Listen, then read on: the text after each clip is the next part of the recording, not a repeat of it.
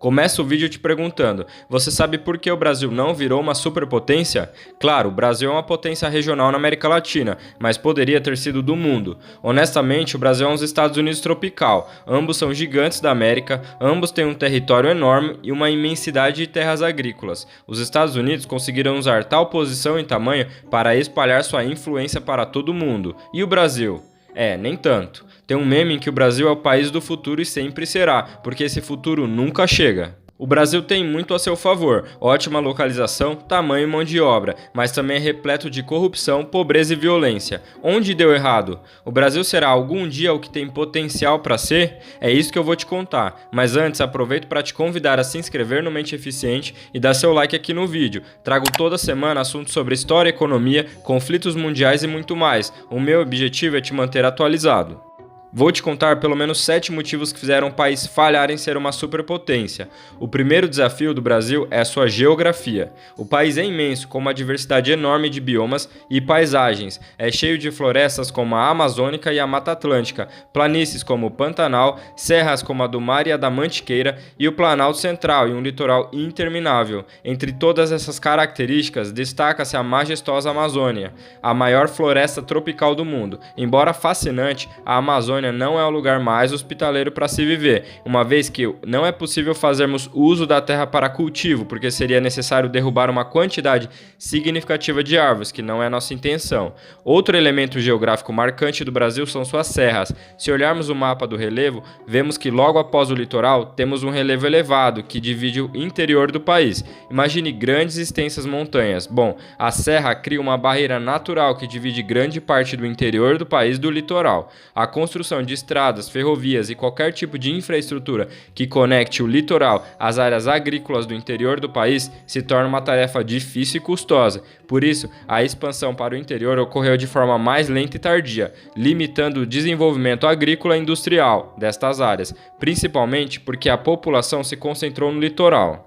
É aí que entra o segundo desafio. O Brasil é o país mais extenso de norte a sul das Américas, e sem a tecnologia adequada no início para atravessar a serra, o país atrasou algumas décadas de seu desenvolvimento, porque havia necessidade de desbravar o interior, mas com poucos recursos para ultrapassar as barreiras da serra. Ainda temos a questão tropical. O primeiro ponto é que as áreas tropicais nunca crescem tão rápido quanto as áreas temperadas, porque nesses climas temperados, os calendários das colheitas são mais sazonais, o que leva as pessoas a buscarem novas formas de crescimento além da agricultura.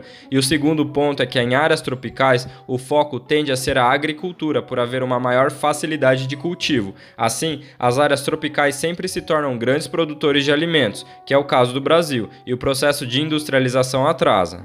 Partindo para o terceiro desafio, temos a colonização. O modo como o Brasil foi colonizado moldou sua sociedade até hoje. Em 1500, Portugal descobriu o Brasil. Na época, havia cerca de 2 milhões de indígenas brasileiros. Porém, ao contrário das civilizações mesoamericanas e andinas que tinham cidades e infraestrutura como o Império Azteca, por exemplo, no Brasil não havia cidades ou infraestrutura. Os indígenas viviam em pequenas aldeias, em suas maiorias tribais. Por isso, os portugueses usavam o Brasil mais como uma parada até seus impérios africanos e indianos do que como uma colônia. Portugal iniciou a colonização de forma lenta. Durante os primeiros 30 anos, o país foi usado mais para contato com os povos nativos e exploração. Somente depois desse período que Portugal resolveu dividir os territórios e doar as terras para os nobres portugueses dominarem.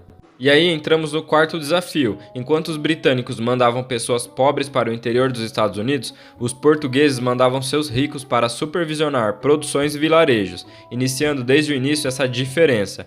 E a riqueza nunca deixou esses ricos, criando então uma enorme desigualdade de renda, que aliás é uma das maiores do mundo. Vou deixar aqui no card um vídeo que falo mais sobre esse assunto, vale a pena conferir. Eles tinham boas propriedades para morar e sim, muito dinheiro.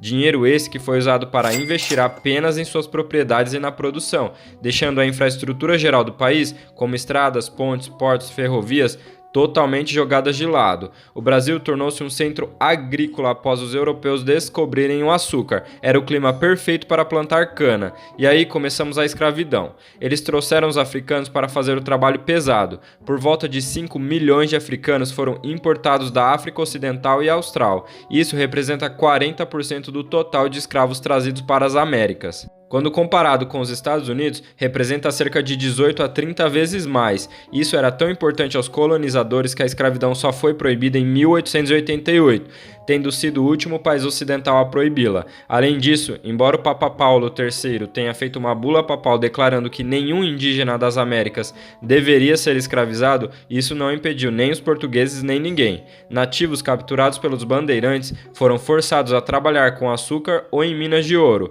Essa quantidade absurda de escravidão causou uma infinidade de problemas, mais desigualdade de renda, dependência da agricultura, regiões inteiras do Nordeste pobres devido à escravidão. A maior parte da riqueza do Brasil está concentrada nas regiões Sul e Sudeste, fora das áreas tropicais. O foco dos ricos colonos portugueses na produção agrícola condenou o futuro brasileiro. Não é surpresa que, tal passado agrícola, o Brasil hoje continua sendo gigante na produção de matéria-prima. E é justamente a produção de matéria-prima onde temos o quinto desafio. Na realidade, o problema não é a produção em si. O agro é muito importante para o Brasil, mas a falta de industrialização desses produtos é o problema. O Brasil de fato ganha muito dinheiro com a agricultura e mineração, mas o valor agregado nas exportações é baixo se comparado às exportações de produtos já industrializados. Outro ponto é o preço dessas commodities, que varia muito no mercado, o que pode causar instabilidade econômica.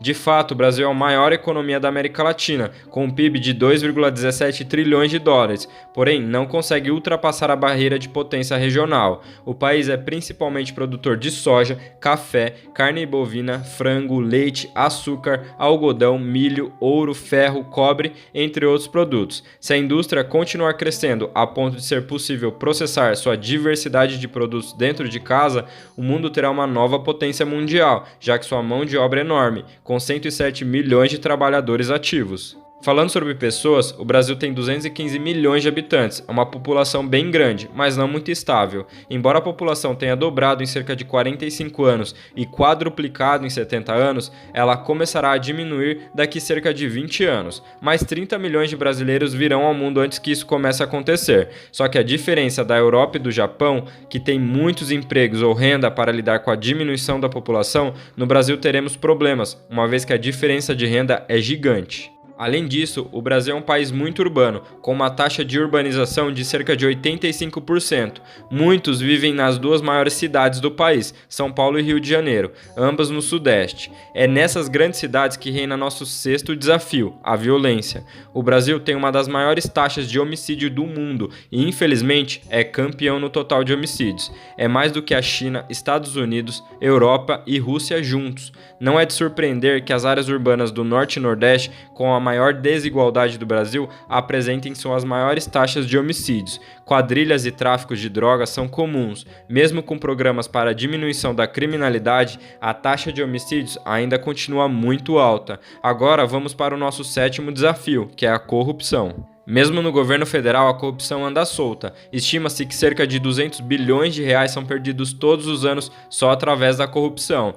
Favoritismo e nepotismo são populares e muitos policiais, pelos baixos salários, são propensos a suborno. Mesmo com grandes operações contra o crime organizado e corrupção, como foi a Lava Jato, que investigou corrupção e lavagem de dinheiro na Petrobras, não tem inimigos políticos e figuras públicas de continuarem a corromper o Brasil. Para fecharmos, o Brasil poderia ter sido uma superpotência se tivesse sido colonizado como os Estados Unidos ou a Austrália foram, com pessoas de classe média imigrando e tentando melhorar de vida. Talvez o Brasil seria como os Estados Unidos hoje em dia, porém sua geografia e colonização não permitiram isso. Com um extenso litoral, enormes florestas, serra e seu clima tropical, os brasileiros ficaram no litoral ou em cidades próximas e focaram na produção de alimentos, e é o que tem acontecido até hoje. Sua acentuada divisão de classe entre ricos colonizadores e seus escravizados criou uma grande desigualdade de renda, e as áreas urbanas compõem um dos piores cenários de homicídios do mundo, fora a corrupção que atrapalha grandes progressos que poderiam mudar o cenário do país.